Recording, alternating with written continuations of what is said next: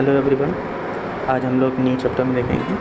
New chapter जो है वो फोर्स है, जिसमें हिंदी में हम लोग बल बोलते हैं। और इस फोर्स चैप्टर के अंदर हम लोग देखेंगे डिफरेंट टाइप के जो न्यूटन्स लॉ ऑफ मोशंस हैं, उनको एक्सप्लेन करेंगे, उनको हम लोग पढ़ेंगे और उनसे रिलेटेड एप्लीकेशन, फिर रिजल्टेंट फोर्स कैसे निकालना होते हैं इस चैप्टर में हम लोग देखते हैं। तो फर्स्ट स्टार्ट करते हैं न्यूटन्स लॉज ऑफ मोशन से। तो क्या होता है न्यूटन लॉज ऑफ मोशन? हम लोग 9th में भी पढ़ चुके हैं कि 3 मेन जो है उनके लॉज हैं, और ये नियम क्या बोलते हैं एक एक करके हम लोग समझते जाते हैं। तो फर्स्ट लॉ क्या बोलता है? फर्स्ट लॉ ये कहता है कि Newton first law states that if a body is at rest or moving at a constant speed in a straight line, it will remain at rest or keep moving in a straight line at a constant speed unless it is acted upon by a force. अगर हिंदी में बोलें तो हिंदी में ऐसे explain कर सकते हैं कि कोई भी वस्तु अपनी स्टेशनरी पोजीशन या विश्राम अवस्था में या रेस्ट पोजीशन में या एक समान लीनियर मोशन में, या हिंदी में बोले कि एक समान सरल गति को ये गति में कंटिन्यू रहते हैं जब तक कि उसके ऊपर कोई बाहरी फोर्स नहीं लगाया जाता या उसके ऊपर कोई एक्सटर्नल फोर्स अप्लाइड नहीं किया जाता। तो ये फर्स्ट लॉ ऑफ मोशन है, न्यूटन्स का फर्स्ट लॉ ऑफ मोशन है।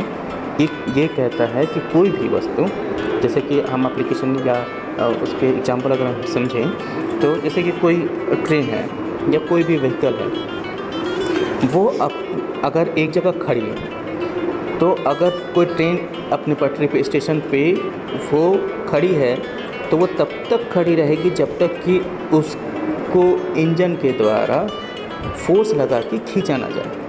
ठीक है, तो जब तक वो खड़ी है तब तक तो वो रेस्ट पोजीशन में है, और जब इंजन के द्वारा उस पर फोर्स लगाया जाता है तब वो रेस्ट पोजीशन से चेंज होके किस में आ रही? मूविंग पोजीशन में, यानी कि डायनेमिक पोजीशन में आ रही। ओके, तो ये न्यूटन लॉ ऑफ मोशन ये बोलता है कि कोई भी वस्तु अपनी जगह तब तक स्टेशनरी पोजीशन पे रहेगी या कि स्थिर रेस्ट अवस्था में रहेगी, या कोई वस्तु जैसे कि मान लो अगर जैसे कि कोई फ़ैन चल रहा है, वो कंटिन्यू मोशन में है, उस फ़ैन पे उसकी गति में जब तक चेंज नहीं आएगा तब तक कि उस पर कोई फोर्स हम लोग अप्लाई न करें, या तो फोर्स हम उसके पावर के थ्रू हम करें, इलेक्ट्रिकल पावर के थ्रू करें, या कोई फोर्स हम बाहर से उस पर अप्लाई करें उसको रोकने के लिए, तब तो उसके गति में जो उसका मोशन है तब उसमें चेंज आएगा। यदि उसके हम पावर को और बढ़ा दें तो उसका गति जो है थोड़ा सा और इम्प्रूव हो जाएगा और तेज़ हो जाएगा, और अगर उसकी पावर को हम लोग कम कर दें, रेजिस्टेंस लगा के उसके पावर को कम कर दें, तो फ़ैन का जो मोशन है, फ़ैन का जो स्पीड है वो कम हो जाएगा।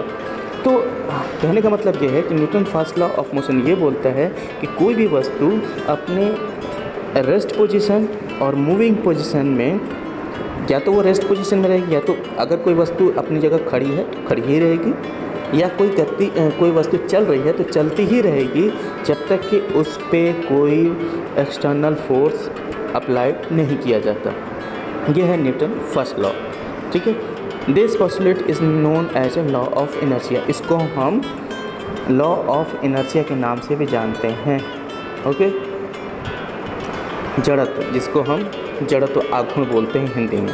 Okay, the law of inertia was first formulated bye Galileo Galilei for horizontal motion on earth. जब ये फर्स्ट टाइम ये लॉ ऑफ इनर्शिया, जिसको जड़त्व आघूर्ण बोलते हैं, इसको पहली बार फार्मूला दिया किसने? गैलीलियो गैलीली ने, बहुत बड़े साइंटिस्ट थे। ओके, और इन्होंने क्या दिया? इन्होंने पहली बार ये बताया कि जो अर्थ है, जो पृथ्वी है, अपने हॉरिजॉन्टल मोशन में घूमती है। ये पहला इन्होंने क्या किया था? पेश किया था। तो ये तो था फर्स्ट लॉ ऑफ मोशन। अब हम लोग देखते हैं सेकंड लॉ ऑफ मोशन क्या बोलता है, Newton second law of motion क्या बोलता है। न्यूटन सेकेंड लॉ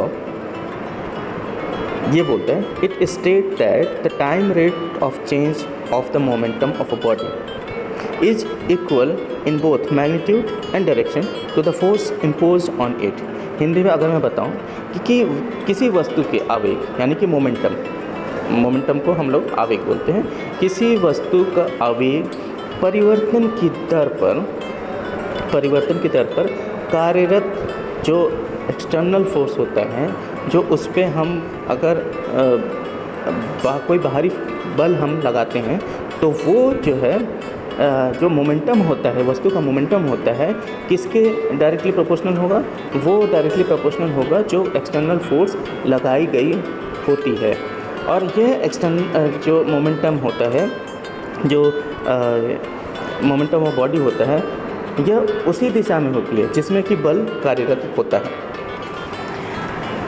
ये तो हिंदी में और इंग्लिश में मैंने एक्सप्लेन किया। इसका जब हम एग्जाम्पल अगर मैं अभी बताऊंगा तब आपको अच्छे से समझ में आएगा कि एक्चुअली सेकेंड लॉ ऑफ क्या बोलते हैं।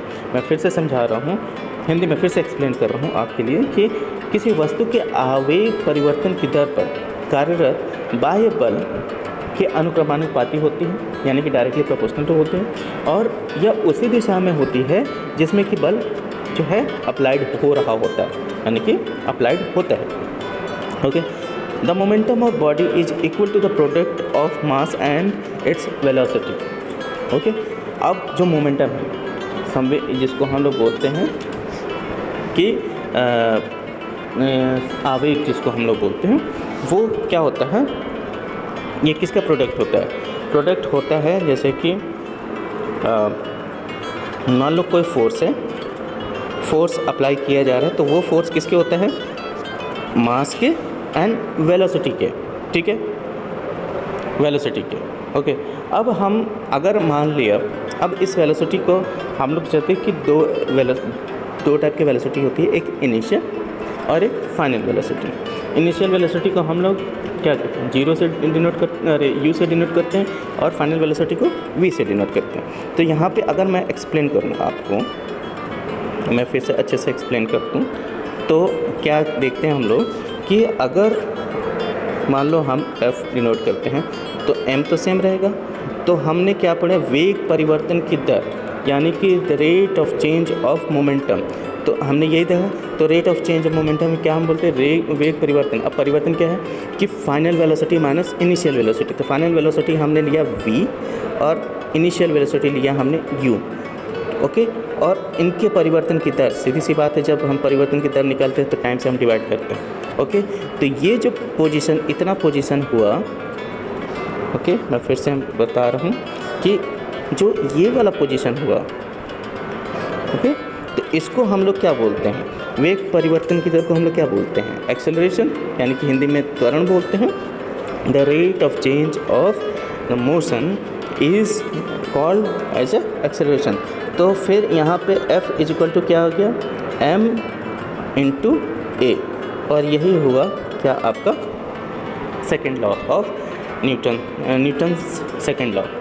ओके, अब इसका एप्लीकेशन अगर मैं आपको समझाऊँ, एग्जांपल अगर मैं समझाऊँ कि सपोज है, जैसे आप अगर कोई गाड़ी चला रहे हैं, जैसे कि मान लीजिए आप कोई बाइक चला रहे हैं, तो बाइक अगर चल रही है तो बाइक्स अगर मोशन, उसके अंदर मोशन है, यानी कि वो गतिज अवस्था में है, तो सपोज दैट मान लीजिए कि कोई बाइक जो है आप चला रहे हो 20 किलोमीटर पर आवर। ओके, उसके बाद से आपने उसके वेग में परिवर्तन किया, यानी कि 20 किलोमीटर पर आवर से आपने उसकी स्पीड बढ़ाई, उसकी बाइक की स्पीड को बढ़ाई, तो 40 किलोमीटर पर आवर कर दिया।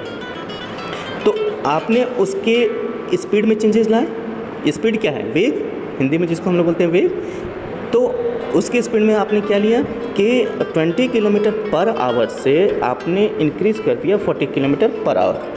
ओके, तो यहाँ पे फाइनल वेलोसिटी कितनी हो गई? v इक्वल टू हो गया 40 किलोमीटर पर आवर, और इनिशियल वेलोसिटी क्या हो गया? 20 किलोमीटर पर आवर। ओके, और मैंने बोला इनके वेग परिवर्तन की दर, यानी कि v minus you divide by T. अब वेग परिवर्तन आपने जो इसमें चेंजेस लाए, आपको इनकी स्पीड में चेंजेस लाने में मान लीजिए आपको 2 सेकंड लगे। आप एक्सेलरेटर लेते हैं, जब बाइक के एक्सेलरेशन या एक्सेलरेटर के द्वारा हम उसकी स्पीड को बढ़ाते हैं तो कुछ तो टाइम लगता है, यानी कि मान लीजिए 2 सेकंड लगे, तो ये हो गया आपका एक्सेलरेशन, उसी को हम लोग एक्सेलरेशन बोलते हैं। तो सेकंड लॉ ऑफ मोशन जो है वो न्यूटन्स का यही बोलता है कि अगर कोई वस्तु में स्पीड है, यानी कि गति है, उसके अंदर मोमेंटम है, तो उनके मोमेंटम के जो चेंजेस होते हैं वो किसके डायरेक्टली प्रोपोर्शनल होते हैं, जो एक्सटर्नल फोर्स। अब एक्सटर्नल फोर्स हमने बाइक पे कहाँ से लगाया, एक्सेलरेटर हमने दिया, एक्सेलरेट किया उसको, तो उसमें हमने फोर्स लगाया, तो ये जो है उस पे उसके जो बल में, यानी कि उसमें उसकी गति में चेंज आए। तो Newton second law of motion का एग्जाम्पल आपको समझ में आया। अब the momentum of body is equal to the product of its mass and velocity, जो कि मैंने अभी आपको एक्सप्लेन किया। Momentum like velocity is a vector quantity having both magnitude and direction. मैंने पहले बताया कि 2 टाइप के क्वांटिटी होते हैं। दो टाइप के क्वांटिटी होते हैं। फर्स्ट क्वांटिटी होगी आपकी स्केलर, सेकंड वेक्टर, ठीक है। अब स्केलर और वेक्टर में क्या है, स्केलर के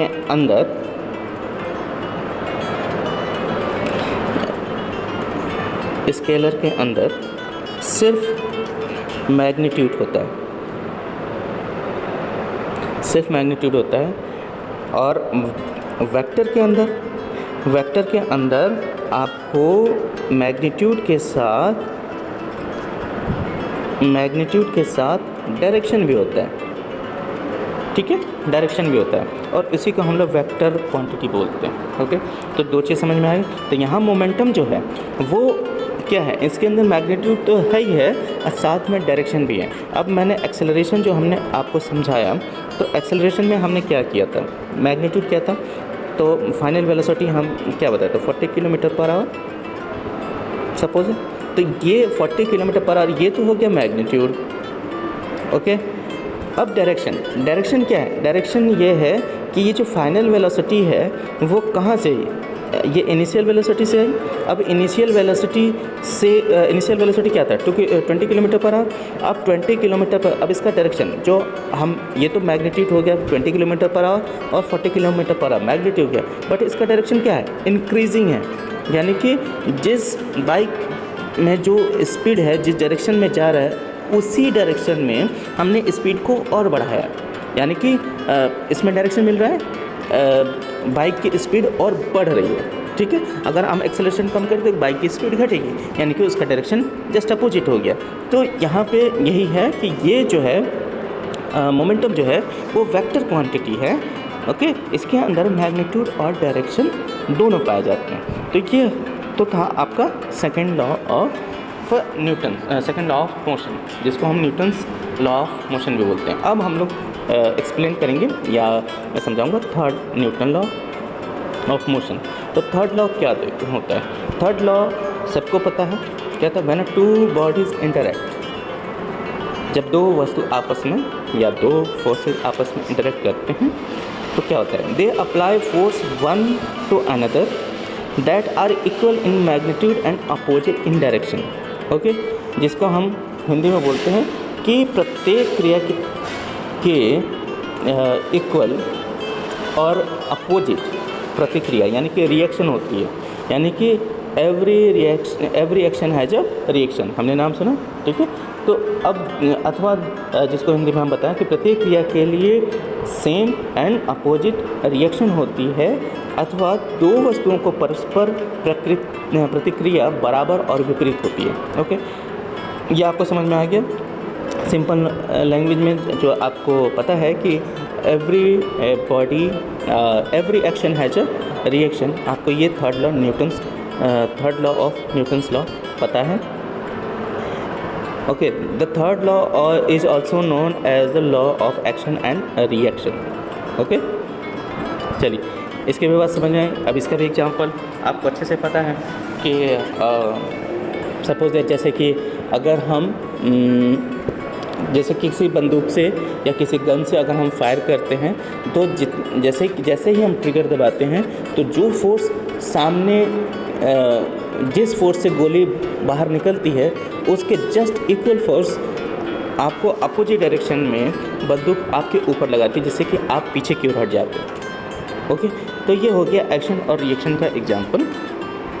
ओके, जैसे कि मान लीजिए कि अगर आप सपोज़ नाव है, नाव के ऊपर अगर आप चढ़ते हैं नाव से या नीचे उतरते हैं तो आप क्या करते हैं, हम हमेशा अपने पैरों पे फोर्स लगाते हैं एक स्टेप को आगे लेने के लिए। तो जैसे ही हम नाव से नीचे की उतरते हो तो मेरा अपना पिछला पैर से हम लोग फोर्स लगाते हैं आगे बढ़ने के लिए। तो जैसे फोर्स लगाते हैं नाव जो है पीछे की ओर हटती है और आप आगे की ओर बढ़ते हैं। इसी को हम लोग बोलते हैं कि एक्शन और रिएक्शन। ओके, तो ये तो आपको हो गया न्यूटन्स लॉ ऑफ मोशन, जिसको हमें होता है कि 3 लॉ होते हैं और तीनों लॉ मैंने एक एक करके आपके सामने एक्सप्लेन किया। ठीक है, अब हम लोग नेक्स्ट देखते हैं कि स्केलर और वेक्टर क्वांटिटी, जो कि मैंने पहले ही समझाया था कि scalar quantity is usually said to be a physical quantity that has only has a magnitude possible a sign और अदर कैरेक्टरिस्टिक। स्केलर क्वांटिटी में सिर्फ मैग्नीट्यूड होता है, या तो वो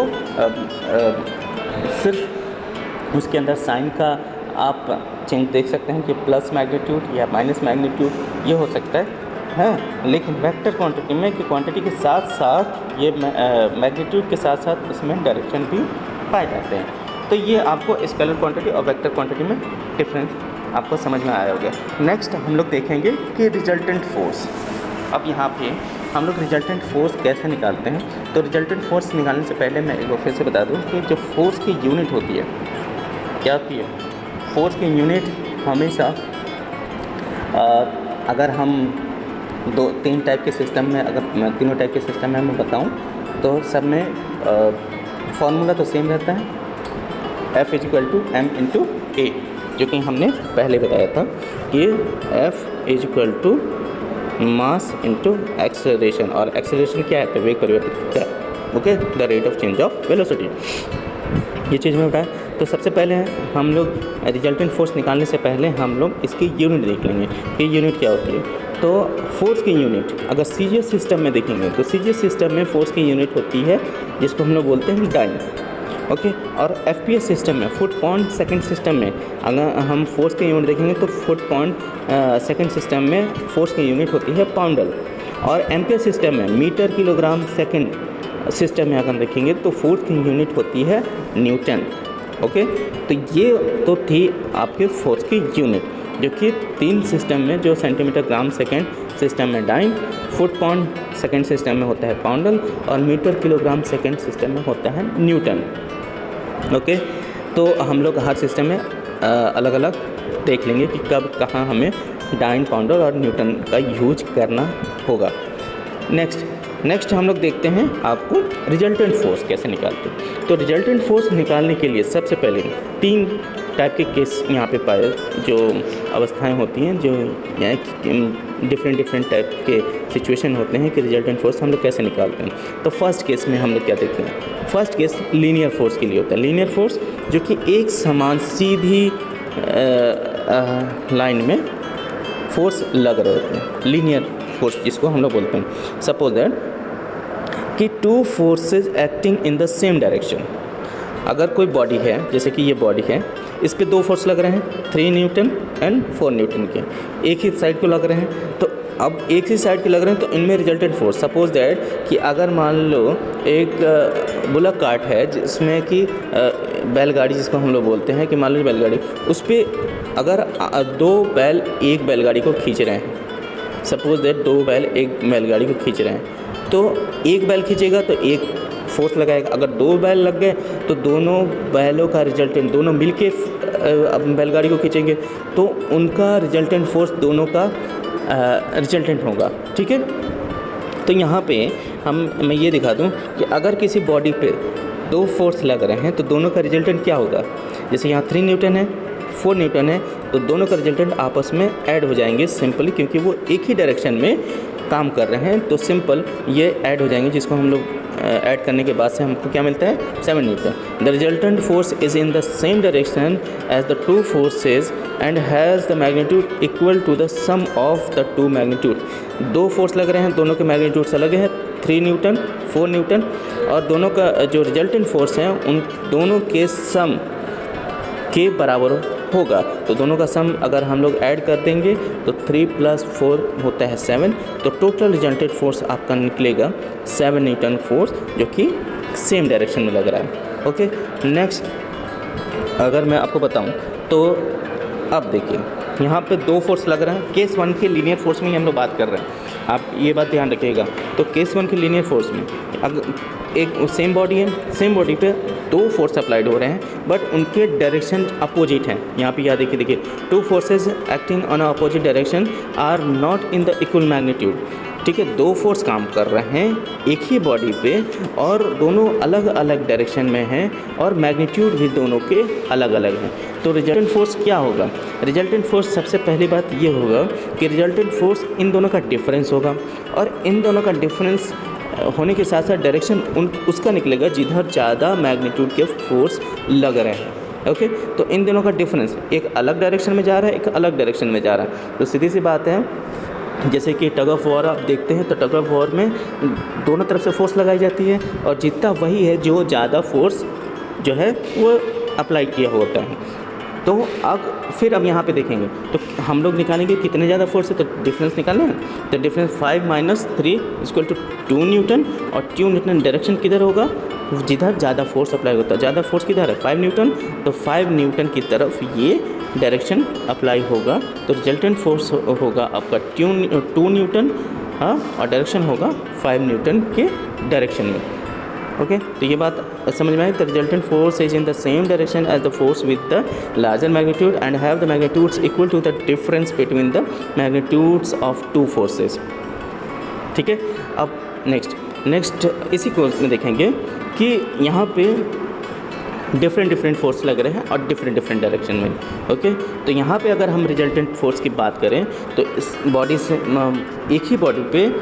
एक ही बॉडी पे कितने फोर्स लग रहे हैं? 4 फोर्स लग रहे हैं, 2 सेम डायरेक्शन में लग रहे हैं, 2 और 2 इधर डायरेक्शन में लग रहे हैं। यानी कि 6 न्यूटन फोर्स सेम डायरेक्शन में है, 3 Newton force and 4 Newton force एक डायरेक्शन में है, जो कि ये दोनों सेम डायरेक्शन में। अब दोनों का रिजल्टेंट निकालेंगे तो ये आपस में ऐड हो जाएंगे और ये दोनों आपस में ऐड हो जाएंगे, तो ये ऐड होके आ जाएंगे उस बॉडी पे 7 न्यूटन फोर्स एक डायरेक्शन में और उसके अपोजिट डायरेक्शन में 11 न्यूटन फोर्स। अब जो रिजल्टेंट फोर्स होगा और डायरेक्शन किधर होगा, मैंने पहले बताया कि डायरेक्शन जो होगा वो किधर होगा? जिधर ज़्यादा न्यूटन का फोर्स लग रहा हो।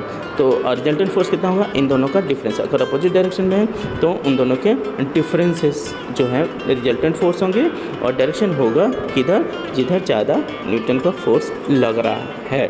ओके, तो ये तो था केस 1 में रिजल्टेंट फोर्स के, केस 1 में लीनियर फोर्स के लिए। ओके, अब हम लोग देखते हैं केस 2। केस 2 में पैरेलल फोर्स जिसको हम लोग बोलते हैं।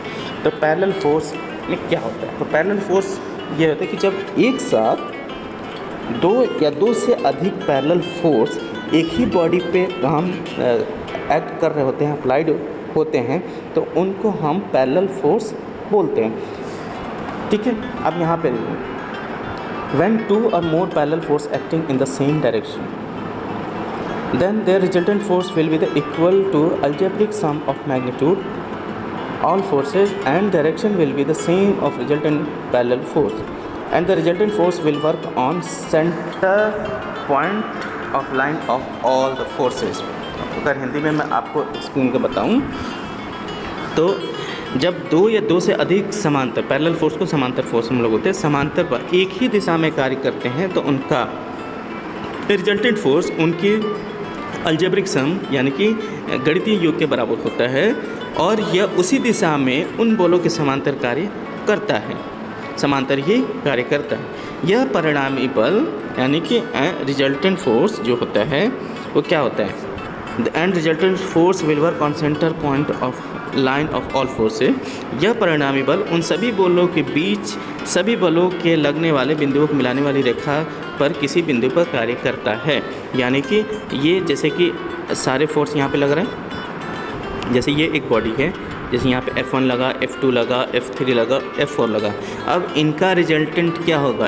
इनका रिजल्टेंट होगा इनका अलजेब्रिक सम। मान लीजिए F1 total result FR equal to हो गया F1 plus F2 plus F3 plus F4। Okay, इनका रिजल्टेंट फोर्स ऐसे निकलेगा। ओके, अब डायरेक्शन किसी फोर्स का चेंज हो, जैसे यहाँ पे F3 का डायरेक्शन चेंज है, तो F3 का डायरेक्शन चेंज हो जाएगा, तो F3 जो प्लस में है वो किस में चेंज हो जाएगा? माइनस में। ओके, तो ये माइनस में चेंज हो जाएंगे और बाकी जितने सब है सब एक डायरेक्शन में, तो वो प्लस में ऐड हो जाएंगे। तो ये तो था आपका पैरेलल फोर्स। और लेकिन एक बात और यहाँ पे बोला है कि जो रिजल्टेंट फोर्स है इस बॉडी पे, इनको इन सारे पैरेलल फोर्स को मिलाने वाली जो लाइन है उसके सेंटर पॉइंट पे जो है रिजल्टेंट फोर्स अप्लाई होगा। बात समझ में आ गई? तो ये तो था आपका रिजल्टेंट फोर्स। और ये जो x1 x2 x3 ये है क्या? डिस्टेंस फोर्स जो है F1 से F2 का डिस्टेंस क्या है? x2, और F1 से F3 x3 ऐसे ही है, F1 से F4 का x4। तो रिजल्टेंट फोर्स होगा वो हम लोग D से डिनोट करेंगे कि वहाँ से जो F1 है और रिजल्टेंट फोर्स की दूरी जो मेन है वो कहाँ पे किस पॉइंट पे लग रही है, वो इस पैरेलल फोर्स में लाइन में हम लोग देखते हैं। अब निकालते कैसे?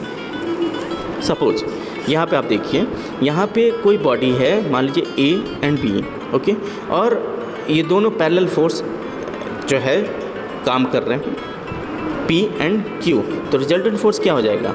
P plus Q, resultant force P plus Q। ये तो अलजेब्रिक सम आपको समझ में आ गया। और यहाँ पे देखिए एक फोर्स R और एक फोर्स जो है Q। ये P जो है यहाँ पे आप ध्यान से देखिए, तो P जो है एक फोर्स ऊपर काम कर रहा है और Q जो है एक फोर्स नीचे काम कर रहा है। ओके, तो रिजल्टेंट फोर्स क्या होगा? तो रिजल्टेंट फोर्स जो है, अब डायरेक्शन चेंज हो गया तो इन दोनों का डिफरेंस काम करेगा। ओके, तो ये तो अलजेब्रिक सम आपको समझ में आ गया कि वो भी रिजल्टेंट फोर्स होगा, जितने भी पैरेलल फोर्स लग रहे होंगे उनका अलजेब्रिक सम के बराबर होगा। ठीक है, अब डिस्टेंस की बात करें तो यहाँ पे डिस्टेंस हो जाता है, जैसे कि ऐसे बात कर लें, जैसे कि P/Q है। ओके, इक्वल टू, अब जो है P की दूरी जो है रिजल्टेंट फोर्स से A से AC है। ओके, और Q जो है यहाँ पे क्या हो जाएगा? B, इसकी डिस्टेंस जो है B एंड C है। ठीक है, तो अब हम लोग यहाँ निकाल लें तो हमेशा फोर्स एंड डिस्टेंस की हम बात कर रहे हैं, तो फोर्स एंड डिस्टेंस की अगर हम बात करें तो यहाँ पे आपका निकलेगा फोर्स क्या है? P, और डिस्टेंस क्या है? A और C। यहाँ पे Q एक फोर्स हो गया, उसका डिस्टेंस क्या हो गया? B and C। ओके, यहाँ पे हम लोगों ने देखा कि P यानी कि जो फोर्स लग रहा है और वो फोर्स कितने डिस्टेंस तक लग रहा है, यानी कि रिजल्टेंट फोर्स जो है R और जो फोर्स अप्लाइड हुआ है P, उनके बीच की दूरी कितनी है। यानी कि मान लीजिए कि रिजल्टेंट फोर्स और अप्लाइड फोर्स के बीच की दूरी AC है, तो वो फोर्स जो है डिस्टेंस के साथ मल्टीप्लाई हो जाता है। तो यहाँ पे पैरेलल फोर्स के अंतर्गत हम लोग देखते हैं तो कैसे हम लोग अप्लाइड फोर्स या रिजल्टेंट फोर्स निकालते हैं। तो सबसे पहले अलजेब्रिक सम तो हमने बता दिया रिजल्टेंट फोर्स के लिए। अब जो अप्लाइड फोर्स है उनके बीच की दूरी हम यहाँ पे ऐसे इस फॉर्मूले के हिसाब से देख लेंगे, P into AC equal to Q into BC। और कोई अप्लाइड फोर्स निकालना है कि कितना है और हमको दूसरा फोर्स पता है, तो हमको इनको क्रॉस मल्टीप्लिकेशन करके इनके सारे फोर्सेस पता किए जा सकते हैं। अब थर्ड केस की बात करें तो थर्ड केस आता है इंटरसेक्टिंग फोर्सेस। जब दो फोर्स जो है एक ही पॉइंट पे आपस में कुछ एंगल बनाते हुए फोर्स लगाते हैं तो उनको हम पैरेललोग्राम फोर्सेस बोलते हैं। ओके, इसका रिजल्टेंट कैसे हम फाइंड आउट करेंगे, इसको हम अच्छे से एक्सप्लेन करेंगे आगे की वीडियो में। अभी क्योंकि इसमें एक्सप्लेन करेंगे ये वीडियो बहुत लंबा बन जाएगा, तो ये वीडियो ऑलरेडी लंबा बन चुका है, तो मैं बताऊंगा आपको नेक्स्ट वीडियो में। The parallelogram of forces method is one of the graphical method developed to find the resultant of coplanar force system. Two or more concurrent forces can be replaced by a single resultant force that is statically equivalent to these forces. Simple अभी मैं आपको समझा देता हूँ कि जैसे कि जब दो या दो से अधिक बल एक ही बिंदु पर एक दूसरे से कोई कोण बनाते हुए, कोई एंगल बनाते हुए कार्य करते हैं, तो उनका परिणामी बल उसी बिंदु पर कार्य करता है। यानी कि जैसे कि यहाँ ये पॉइंट है, इस पॉइंट पे ए और बी दो फोर्स जो है वो काम कर रहे हैं, तो रिजल्टेंट फोर्स इसी पॉइंट पे होगा, बट इनका रिजल्टेंट फोर्स जो है वो क्या होगा, इन दोनों के वेक्टर एडिशन या वेक्टर एडिशन के सम के बराबर होगा। और इसको हम वेक्टर एडिशन कैसे करते हैं ये मैं आपको नेक्स्ट वीडियो में एक्सप्लेन करूँगा, तो इसके लिए आप नेक्स्ट वीडियो ज़रूर आप देखिएगा। तो ये तो था आपका रिजल्टेंट फोर्स कैसे कैसे हम लोग निकालते हैं। नेक्स्ट हम लोग देखते हैं रिप्रेजेंटेशन ऑफ फोर्स। पहले थर्ड केस को समझने से पहले कुछ चीज़ें हैं, बेसिक चीज़ें जो मैं बता दूं। ओके, तो रिप्रेजेंटेशन ऑफ फोर्स केस में a force has both magnitude and direction. जैसे कि हमने बताया कि फोर्स के अंदर मैग्नीट्यूड भी होता है और डायरेक्शन भी होता है। कोई भी फोर्स हो मैग्नीट्यूड भी होता है और डायरेक्शन भी होता है, ये चीज़ हमने बता दी है। Direction making it a vector quantity, और ये मैग्नीट्यूड और डायरेक्शन इनको मिलके बनाते हैं क्या, वेक्टर क्वांटिटी बनाते हैं। ये तो आपको समझ में। It represent by a line, ये जैसे कि हम लोग कैलकुलेशन में या कहीं पे भी हम शो करने के लिए इसको कैसे रिप्रेजेंट करते हैं, लाइन से। जैसे कोई फोर्स है हमको दिखाना है तो उसको एक लाइन से हम लोग शो करते हैं। लाइन की जब वो किस डायरेक्शन में फोर्स काम कर रहा है उसके दिखा दिया, और उसके बाद से मैग्नीट्यूड के साथ हम लोग उसको शो कर देते हैं। तो it represents by a line which represents the magnitude with the arrow in the direction of force. Okay, ये बात आपको समझ में आई। ये ऐसे रिप्रेजेंट जो है फोर्स को हम लोग इस टाइप से करते हैं। नेक्स्ट यहाँ पे दो फोर्सेस काम कर रहे हैं, बेसिक मैं बता रहा हूँ। ए अलग फोर्स है, बी अलग फोर्स है। ओके, वो एक पॉइंट पर काम कर रहे हैं, इनका डायरेक्शन जो है अलग अलग है, इनका मैग्नीट्यूड भी अलग अलग है। तो किसी एक फोर्स को अगर आपको रिप्रेजेंट करना है, सपोज जैसे कि कोई फोर्स है सी, जैसे हम मान लीजिए इसी का रिजल्टेंट फोर्स हमने माना आर, रिजल्टेंट फोर्स हमने मारा आर, तो आर जो है इसका मैग्नीट्यूड हो गया, लेकिन डायरेक्शन जो है इसका किस डायरेक्शन में है, ये जो आप ये एरो जो है इसके डायरेक्शन को शो करता है। नेक्स्ट हम लोग देखते हैं स्पेस डायग्राम और वेक्टर डायग्राम। हमेशा याद रखेंगे कि स्पेस डायग्राम अलग होता है, वेक्टर डायग्राम अलग होता है। सपोज यहाँ पे दो फोर्स जैसे दिए हैं, मान लो एक फोर्स है 50 kg, दूसरा फोर्स है 70 kg। तो अगर हम डायग्राम बना रहे हैं तो अगर मैं जैसे डायग्राम में बोल दिया कि दो फोर्स किसी एंगल पे, मान लो यहाँ पे क्या है 45 डिग्री एंगल है, तो दो फोर्स 45 डिग्री एंगल पे काम कर रहे हैं। और 45 डिग्री एंगल जो है, एक है क्या 50 kg का और एक है 70 kg का। तो सिंपल अगर हम जो है एरो के साथ सिंपली ऐसे अगर हम दिखाते हैं, डायरेक्ट जितना मैग्नीट्यूड दिया है फोर्स का वैसे ही हम डायरेक्ट मैग्नीट्यूड के हिसाब से दिखाते हैं, तो वो हो गया स्पेस डायग्राम। जैसे कि यहाँ पे आपको दिख रहा होगा कि यहाँ पे 70 kg, यहाँ पे 50 kg, 45 डिग्री का एंगल है और डायरेक्शन में दे दिया है, ए का डायरेक्शन इधर, बी का डायरेक्शन इधर है। अब वेक्टर डायग्राम में क्या, वेक्टर डायग्राम के लिए हमें क्या करना होता है कि कंसिडर करना होता है। Let you consider as 10 kg equal to कितना है 1 सेंटीमीटर। अब यहाँ पे 10 kg इक्वल टू 1 सेंटीमीटर, तो 50 kg कितना हो गया 5 सेंटीमीटर, 70 kg कितना हो जाएगा 7 सेंटीमीटर। अब इनके हिसाब से जैसे 50 kg है 70 kg है, तो 50 kg के लिए हमको कितना सेंटीमीटर लाइन ड्रॉ करना पड़ेगा 5 सेंटीमीटर का 70 kg है तो 7 सेंटीमीटर का, और दोनों के बीच का एंगल है तो वो 45 डिग्री एंगल के बीच में दिखा रहे हैं, और उनको हम रिप्रेजेंट कर देते हैं डायरेक्शन जो है जिधर है उधर का डायरेक्शन हम शो कर देते हैं। तो इसको हम लोग बोलते हैं वेक्टर डायग्राम। तो स्पेस डायग्राम और वेक्टर डायग्राम में आपको डिफरेंस अच्छे से समझ में आना चाहिए। तो ये तो था स्पेस डायग्राम और वेक्टर डायग्राम। तो आज के लिए आज के वीडियो हम यहीं पे समाप्त करते हैं, क्योंकि ये वीडियो बहुत लंबी बन चुकी है। नेक्स्ट वीडियो में हम आगे कुछ और इससे रिलेटेड, फोर्स से रिलेटेड टर्म्स को एक्सप्लेन करेंगे। अभी के लिए थैंक यू।